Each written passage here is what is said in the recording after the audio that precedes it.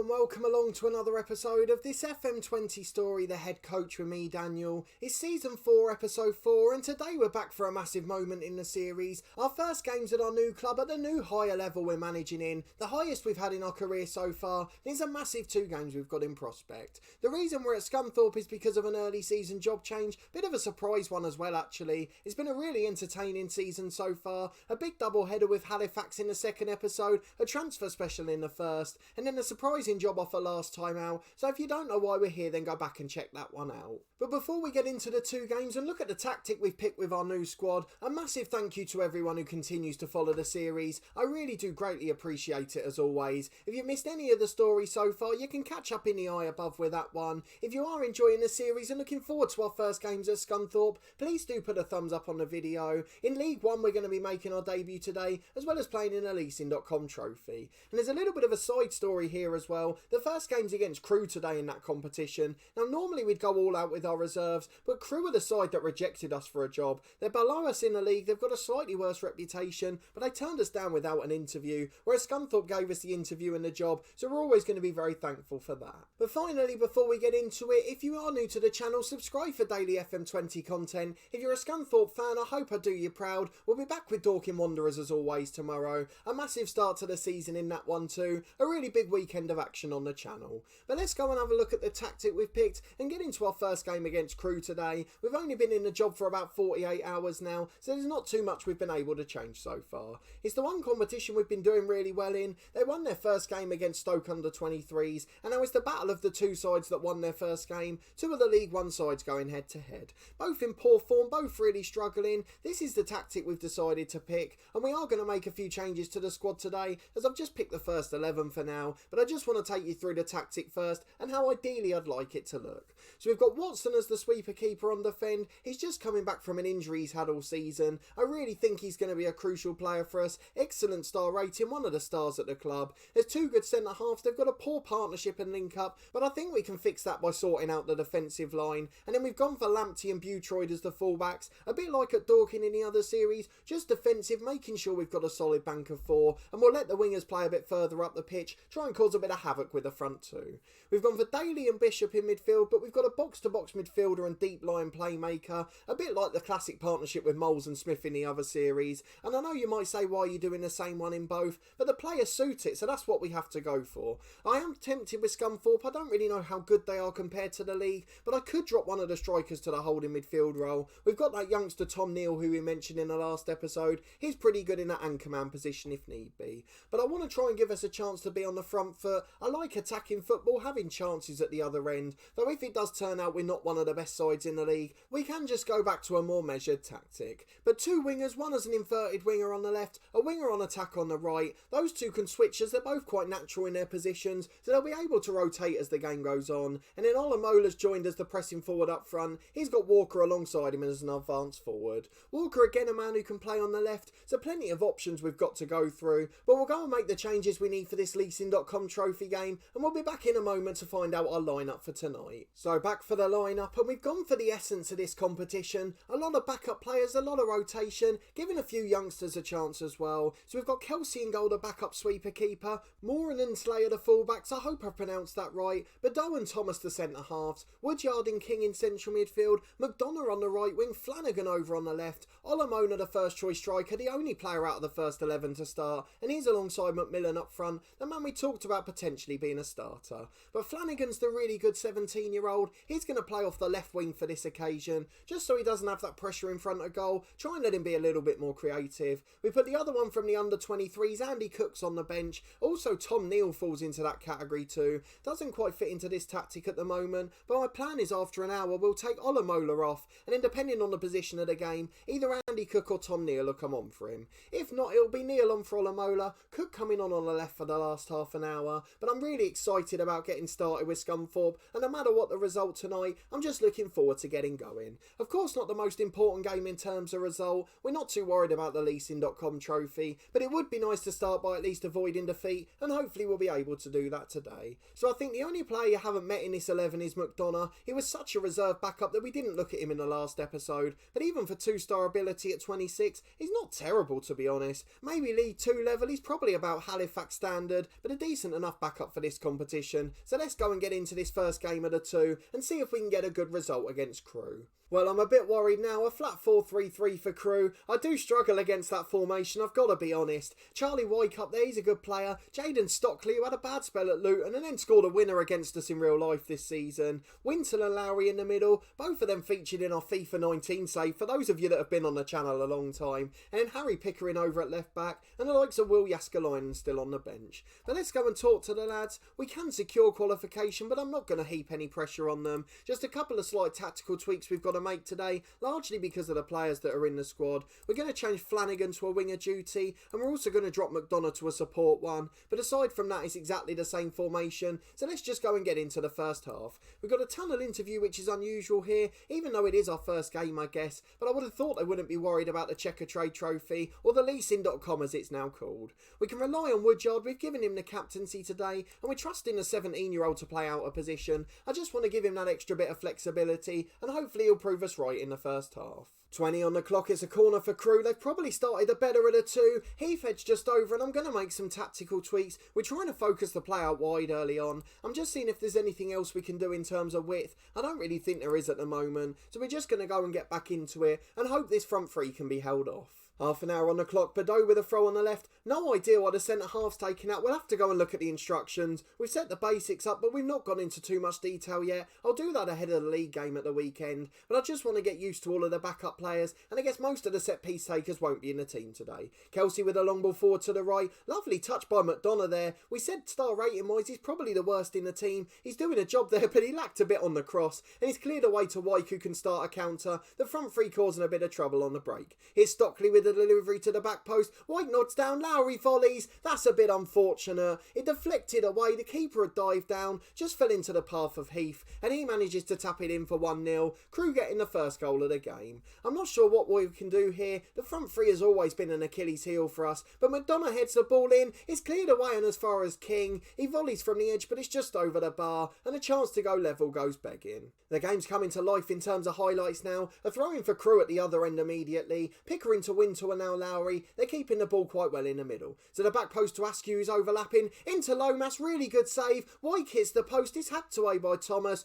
A pinball in the area for us there. And we really aren't looking very good at the moment. But the front three is such a big problem for us. Long ball forward by Kelsey. Flicked on by Olamola. Now in goes McMillan. He's a poacher. He should do well here. But he tries to shoot from too far out. Not sure why. He's got plenty of pace. But he just went for it from distance. And he's straight into the arms of keeper. And now it's a long ball forward. A corner kick for Crewe. And he's headed in by Charlie Wyke at the front post. Completely unmarked. I know the backup team hasn't played together much this year. But we'd expect them to do a little better than that.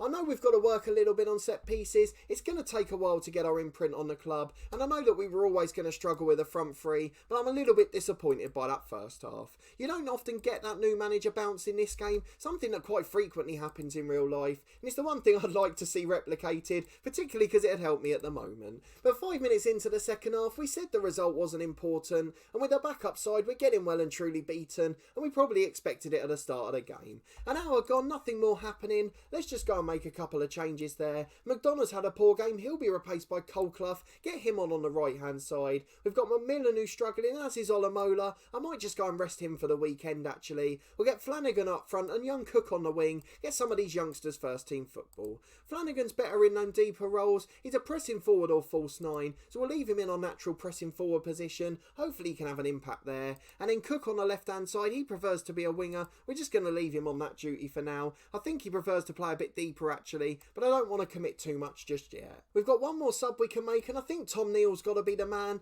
I'm going to take off the other centre forward, actually. Let's just make sure it stays respectable, that the lads keep their confidence up, and let's get back into the last 25 minutes and see if we can get back into this game. Well, a quarter of it to go. It's a long ball forward from Crewe. The left back back picks it up, Kettering again. Pickering, I'm thinking of the head coach former clubs. As the ball switched over to Askew, he's got a chance to deliver. There's 3 or 4 defending. I'm sure it'll still find the Crewe head though. Stockley in, Lomas free header. Askew volleys in for 3. The keeper's beating at his near post, and despite having 6 in the box, no one marked or challenged for the header. Lomas had acres of space to choose from, and it really did make it quite easy for him. So it's been a pretty poor game for us. It really does show that the job's maybe bigger than we thought. With 15 to go, we're 3-0 down. But King's got another chance on the edge. Oh, that's a lovely goal. But the offside flag's up, and it's Neil, the substitute. He's got caught out with the keeper there. Really unfortunate and pretty dire play in truth, and it just about sums up our debut here. I know we weren't worried about this game. If it had been real life, we probably wouldn't have even managed it. It would have been the sort of one we sat in the stands for. But it's all going to boil down to the weekend game here. If we can win our first League One, all will be forgiven.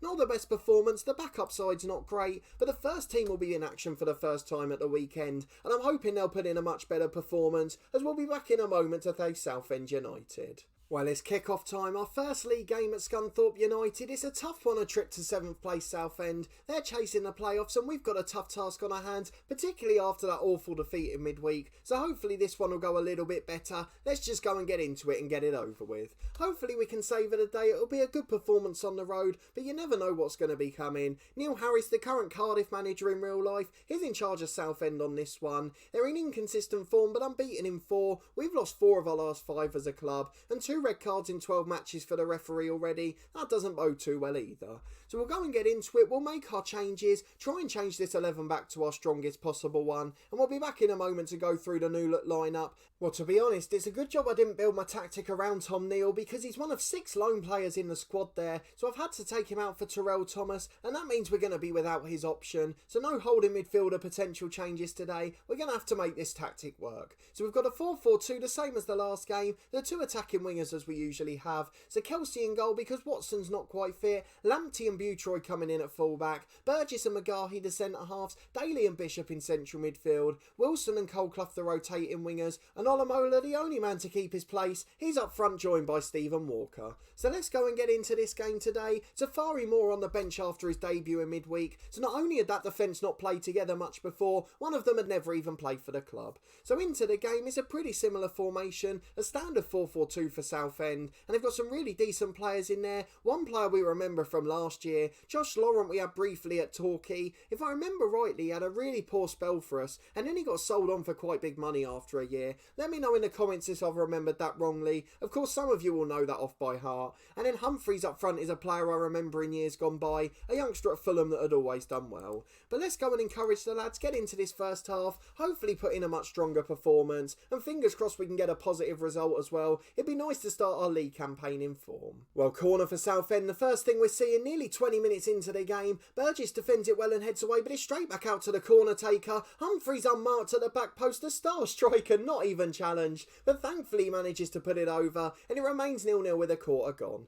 Aside from that, it's been a pretty poor game, not much that we're going to complain about. A 0-0 draw away to the 7th place side, probably about the best we could hope for. But as I say that, it's Bishop into the box. McGahey puts it in. A great first time effort from the centre-half. About 7 yards out on his weaker foot, half volleys it into the top corner. Maybe the keeper should have done better at his near post, but we lead in our first league game with Scunthorpe. Away at Southend, a really tough game, but we're doing the tricks for the club again, and it's Butroy at left back with the ball again now, as we try and get it forward a bit more directly. Fish heads away to the right back. Shaughnessy back into Fish again, long over the top, 2 sides playing long, but Burgess gets it away to Daly. Out to Wilson on the right, the young lone winger. He switches to Coleclough, can he cut in? Great first touch to beat a man, beats a second and shoots, but he couldn't quite enough whip on the shot, and he goes straight into the arms of the keeper Bishop. But a really good spell, a great first half. We've really performed well so far, and as I say that, McGahey gets one away again, and he puts Olamola in. He's in from the clearance. The ball across is absolutely woeful though. It almost goes out for a throw in, but with 10 to the break, I couldn't be more happy. What a fantastic first half performance it's been. Well, 5 to the break, it's another dangerous free kick. Bishop in towards Burgess, who loses is out. Olamola gets there on the left-hand side, loses out to Fish and it's eventually cleared, but Boutroyd is the first man to the clearance. We continue to pressurise Southend.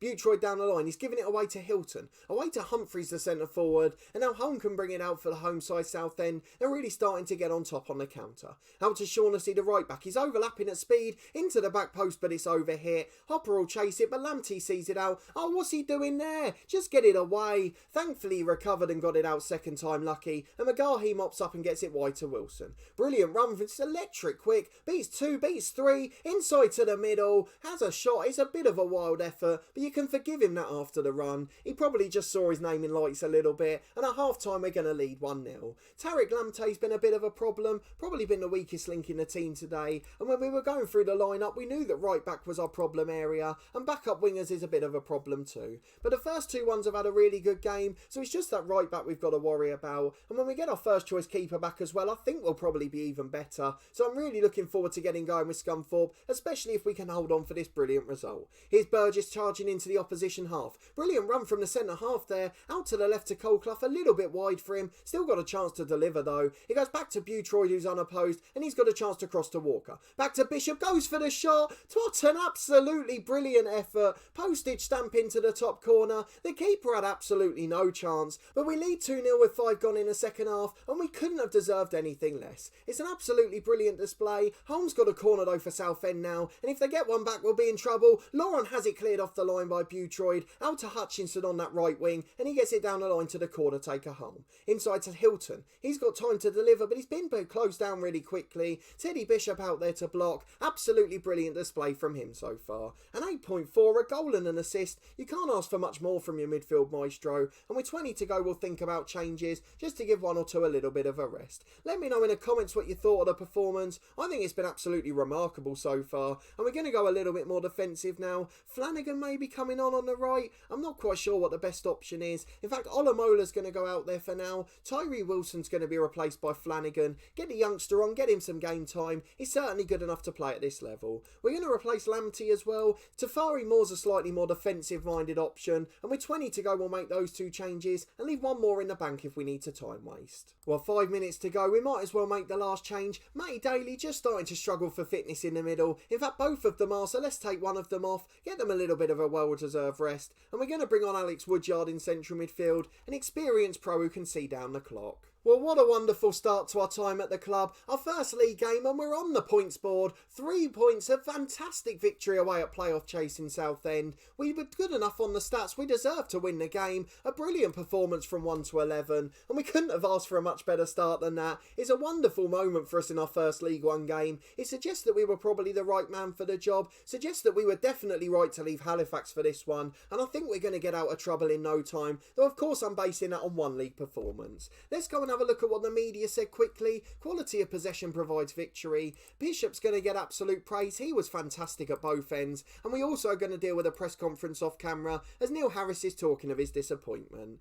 Let's go and have a look at where that leaves us. Just 1 point behind Rotherham in 20th place now, up to 21st, 1 place away from safety. It looks like it's all going to happen pretty quickly. So let's go and finish on the schedule, see when we're next going to be back. I just want to see the players' reaction to us too. The managerial support's just above average. Not bad for someone like us. We've not got a big reputation, and there's a couple of players who want to move on to bigger clubs, but that's going to be up to our director of football. The problem is we haven't had a bid for one yet. We put a chairman in charge of that when we joined about a week ago. No news so far even of an offer. There's nothing on the transfer page to suggest it's impending, so I'm a little bit worried about that. But let's go and have a look at the schedule for when we're going to next be back. We'll try and pick out a couple of bigger games. So I don't know about you, but I think those first 2 in December look pretty nice. Of course one of them could be moved for an FA Cup tie, but Blackpool at home, QPR away, 2 massive games at this level, and I think they're going to be the ones we come back for, so you can look forward to those in the next episode. But in the meantime, if you did enjoy this one and seeing us win our first league game at Scunthorpe, our first game as a manager at League One level, please do put a thumbs up on the video. I really do appreciate your support with the series and can't thank you enough for watching as we join another club,